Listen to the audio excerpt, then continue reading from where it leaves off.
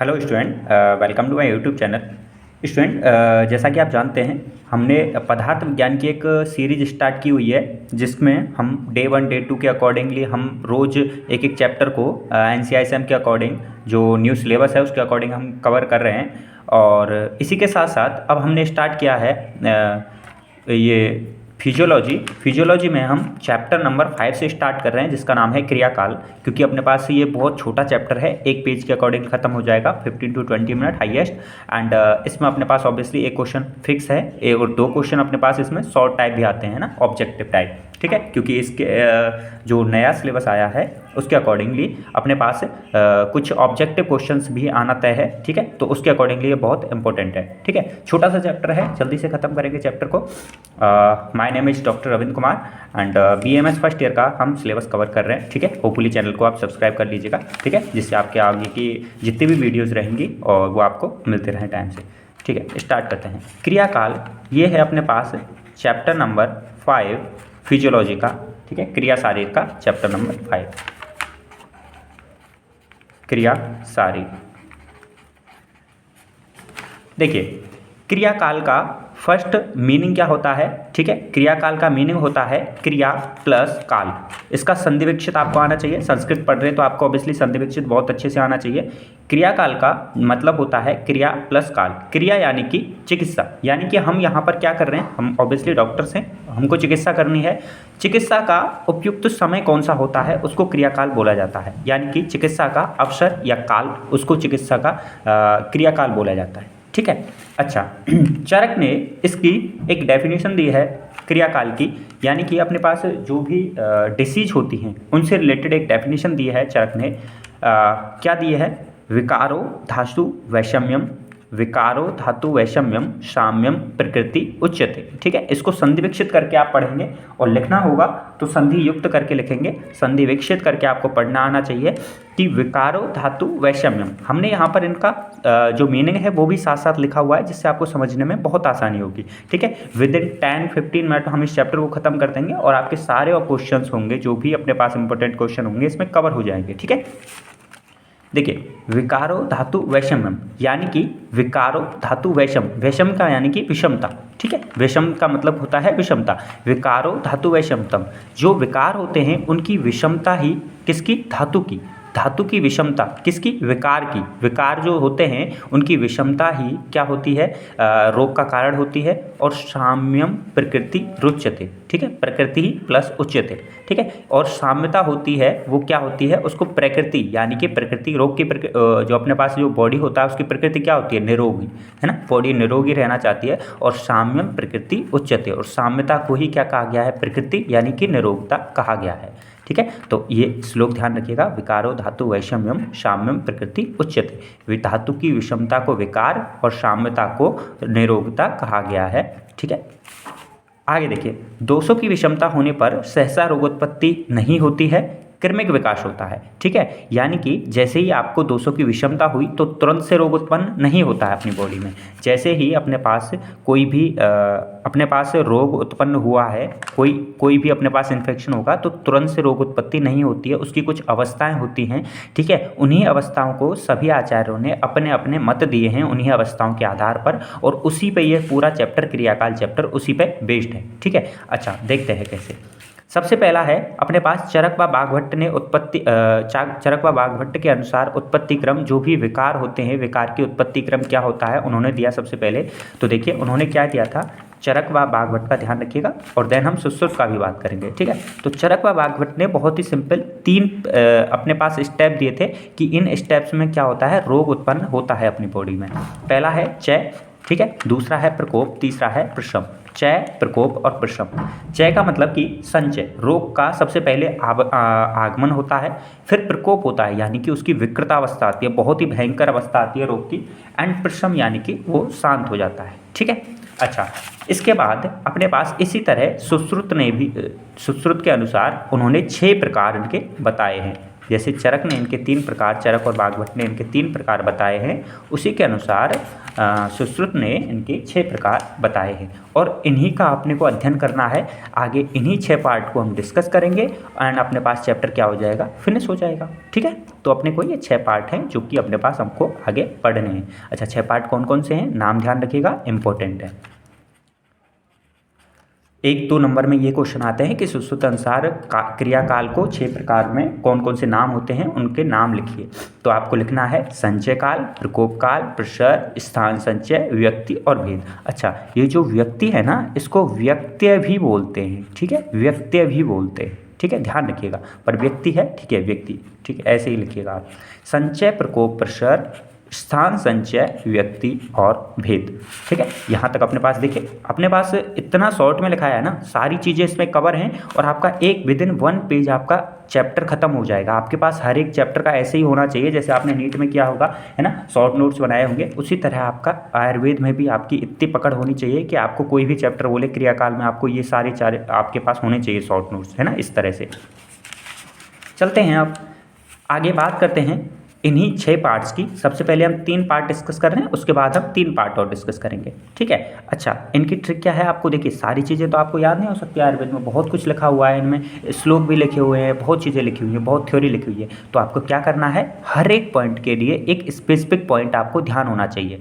हर एक पॉइंट के लिए, प्रथम क्रियाकाल के लिए, संचय के लिए आपको एक सब स्पेसिफिक पॉइंट ध्यान होना चाहिए। द्वितीय अवस्था के लिए कि आपको कोई आए अवस्था, तो आप कम से कम उसमें एक पॉइंट तो लिखें, ठीक है, जिससे आपका नंबर बने। ठीक है, तो इस तरह आपको कुछ ना कुछ आपको उसमें याद होना चाहिए। ठीक है, चलिए, प्रथम क्रियाकाल कौन सा हो गया, संचय, द्वितीय है प्रकोपावस्था और तृतीय है प्रसरावस्था। एक साथ अध्ययन करेंगे इनका। तो देखिए, रोग की प्रारंभिक अवस्था होती है, जैसे ही रोग प्रारंभ होगा, रोग उत्पन्न होगा, तो रोग की कौन सी प्रारंभिक अवस्था, यही होगी संचय अवस्था। संचय अवस्था में क्या होता है, जैसे जिस रोग का जो मूल स्थान होता है, ठीक है, रोग का जो मूल स्थान होता है वहीं पर दोष की क्या होती है, वृद्धि होती है। तो यहाँ लिखा हुआ है मूल स्थान पर ही दोषों की वृद्धि होती है। ठीक है, अच्छा, अपने पास रोग क्यों उत्पन्न होता है, तो उसके कुछ कारण बताए गए हैं विद्वानों ने, रोग के कारण क्या क्या होते हैं। ठीक है, यानी कि प्रथम अवस्था संचय अवस्था में आपको 3 चीज़ें ध्यान रखनी है। एक है रोग की प्रारंभिक अवस्था, ये रोग की प्रारंभिक अवस्था होती है, मूल स्थान पर ही दोषों की वृद्धि होती है, और तीसरा कि ये क्या होते हैं, इसके कारण क्या क्या होते हैं। इसके 4 कारण ऋषियों ने बताए हैं, असात्म इंद्रियार्थ संयोग, प्रज्ञापराध, ऋतुओं के अनुसार रोग कैसे होता है, और वय यानी कि आयु। ठीक है, ध्यान रखिए, किसी को वय का नहीं पता हो, यानी कि आयु दिन और रात्रि के अनुसार रोग होते हैं। असात्म इंद्रियार्थ संयोग, है ना, प्रज्ञा अपराध, आपको इसमें से हर एक, अच्छा, अगर आप चाहें तो इसमें से सब टॉपिक में भी ध्यान रख सकते हैं। जैसे आप देखिए, आयु के अनुसार मैं आपको अगर बताऊं तो आप देखेंगे कि बाल्यावस्था होती है, वयस्कावस्था होती है और जरावस्था होती है। तो आप देखिए, मैं आपको बता देता हूं, बाल्यावस्था, उसके बाद वयस्कावस्था एंड देन जरावस्था, ओल्ड एज। ठीक है, अच्छा, तो इसमें आयु के अनुसार कैसे दोषों का संचय होता है, तो आप देखिए, जरावस्था में वात का संचय होता है, वयस्कावस्था में पित्त का संचय होता है और बाल्यावस्था में कफ का संचय होता है।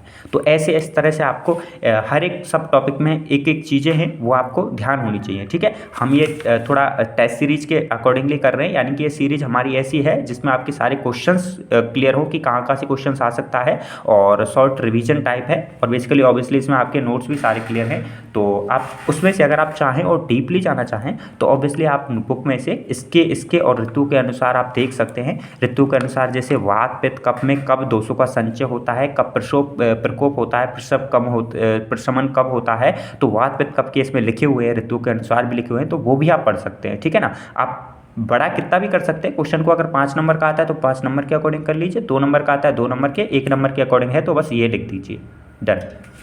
द्वितीय अवस्था प्रकोप अवस्था, यानी कि रोग का संचय हो गया, अब रोग का होता है प्रकोप। ठीक है, प्रकोप यानी कि उसमें क्या होता है, थोड़ा सा रोग में वृद्धि होती है। ठीक है, रोग में वृद्धि होगी तो रोग के लक्षण प्रकट होने लगते हैं, थोड़ा रोग के लक्षण प्रकट होंगे, बट ये इसकी तरह प्रकोप अवस्था नहीं, ये ध्यान रखिएगा, है ना। चरक भागवत ने इसको सबसे भयंकर वाली अवस्था बताई थी, लेकिन इसमें अभी 6 आगे भी अभी 4 बाकी हैं, तो अपने पास उसके अकॉर्डिंगली ये इसमें लक्षण प्रकट हो जाएंगे। तो इसके 2 पार्ट बताए गए हैं, अस्वाभाविक प्रकोप और स्वाभाविक प्रकोप, ठीक है। अच्छा, अस्वाभाविक का मतलब क्या होता है, जैसे 2 एग्जाम्पल लिखे हुए हैं, दिन में सोने से कफ का प्रकोप होता है और क्रोध से पित्त का प्रकोप होता है, ये अस्वाभाविक होते हैं, यानी कि अगर हम ये स्वाभाविक नहीं होते हैं, अगर आप दिन में नहीं सोएंगे तो ये नहीं होगा, क्रोध नहीं करेंगे तो पित्त का प्रकोप नहीं होगा, ठीक है। स्वाभाविक क्या होता है, स्वाभाविक है कि ये नेचुरल है ना, नेचुरल, ये होगा ही होगा, ठीक है, नेचुरल। जैसे वर्षा में वायु का हो जाता है, शरद में पित्त का हो जाता है, वसंत में कफ का, वायु यानी कि वात का, ठीक है, वायु यानी कि वात, ठीक है। वर्षा में वात का प्रकोप हो जाता है जनरली, शरद में पित्त का लक्षण दिख जाते हैं और वसंत में कफ के लक्षण आपको दिखते हैं, ठीक है। ऐसे आपको हर एक का 1-1, 2-2 पॉइंट ध्यान होने चाहिए, उसी के अकॉर्डिंगली बन जाता है क्वेश्चन, ठीक है। तृतीय अवस्था प्रसरावस्था। प्रसरावस्था का अर्थ होता है, प्रसर का मतलब कि फैलना, यानी कि एक स्थान से दूसरे स्थान पर रोग का फैलना, ये होता है प्रसरावस्था। बस इतना ही ध्यान रखिए, एक्स्ट्रा कुछ याद रखने की जरूरत नहीं है। 3 चीज़ हमने कर ली हैं, 3 और अपने पास क्रियाकाल बचे हुए हैं। 4th है स्थान संचय, 5th है व्यक्तावस्था, ठीक है, और 6th है भेदावस्था। मैंने आपको बताया था कि यह व्यक्ति लिखा होता है, बट अगर अवस्था आपको ऐड करनी है तो व्यक्तावस्था भी इसको बोल सकते हैं, ठीक है। स्थान संचय, स्थान संचय का मतलब यानी कि रोग के प्रारंभिक या अस्पष्ट लक्षण प्रकट होते हैं, ठीक है, और इसको रोग की पूर्वावस्था बोला गया है। अच्छा, आप कहेंगे कि सर यहाँ पर द्वितीय क्रियाकाल होता है प्रकोपावस्था, इसमें भी तो रोग के लक्षण प्रकट होते हैं, तो मैं आपको कहूँगा कि देखिए ये यहाँ पर रोग के ऐसे लक्षण प्रकट होते हैं, बहुत ही हीन लक्षण प्रकट होते हैं। जैसे आप पढ़ते हैं ना कि आपको एड्स वगैरह की पहचान करनी है तो एलाइसा और वो बहुत सारी तकनीक जो अपने पास PCR वगैरह होती हैं, तो उनसे हम रोग का क्या करते हैं, पता करते हैं, तो वो रोग के हीन लक्षण होते हैं, बहुत ही हीन लक्षण होते हैं, तो वहाँ पर इनका प्रकट जो पता किया जाता है, ठीक है। ये प्रसरावस्था होती है, फैलता है इसमें। अब यहाँ से अपने पास ऐसे समझ लीजिए सेकंड पार्ट स्टार्ट हो गया कि यहाँ पर अपने पास रोग के अस्पष्ट लक्षण प्रकट हो गए, ठीक है, और इसको रोग की पूर्वावस्था कहा जाता है। इसके बाद आती है व्यक्तावस्था, जहाँ पर रोग के मुख्य लक्षण इसी अवस्था में होते हैं, यानी कि सबसे भयंकर वाली इसकी व्यक्तावस्था होती है। व्यक्त होता है, रोग अपना व्यक्त करता है खुद को, ठीक है। रोग का मुख्य लक्षण इसी अवस्था में प्रकट होता है और रोग को इसी विशेष नाम से जाना जाता है इसी अवस्था में, कि हमको कौन सा रोग हुआ है वो हमें व्यक्तावस्था में ही पता चलेगा, ठीक है। इसके बाद लास्ट आती है भेदावस्था। इस अवस्था में व्याधि यानी कि रोग अनुतीव्र, असाध्य और जीर्ण हो जाता है, कि हम कहते हैं कि अब हम इसको साध्य नहीं कर सकते। साध्य 2 प्रकार, साध्य मतलब कृच्छ साध्य, सुसाध्य होता है, तो हम इसको साध्य नहीं कर सकते, रोग बहुत फैल चुका है, ठीक है। वो जीर्ण हो गया, अनुतीव्र हो गया, असाध्य हो गया। 3 वर्ड को ध्यान रखिएगा, अनुतीव्र, असाध्य और जीर्ण, ठीक है। तो यहाँ पर ये टोटल अपने पास हमने 6 पार्ट पढ़े हैं, ठीक है। वैसे तो देखिए चैप्टर खत्म होने के लिए चैप्टर यहीं पे खत्म हो गया था, है ना। इनके 6 पार्ट, संचय, प्रकोप, प्रसर, स्थान संचय, व्यक्ति और भेद। अब इनके 1-1 पॉइंट आपको सबके ध्यान होने चाहिए। हमने ये पॉइंट आपको बता दिए हैं नॉर्मल रिकॉल के लिए, आप इनको ध्यान रखिएगा, ठीक है। और इसके बाद एक लास्ट टॉपिक बचता है जो बुक में लिखा हुआ है कि क्रियाकाल का क्या महत्व है।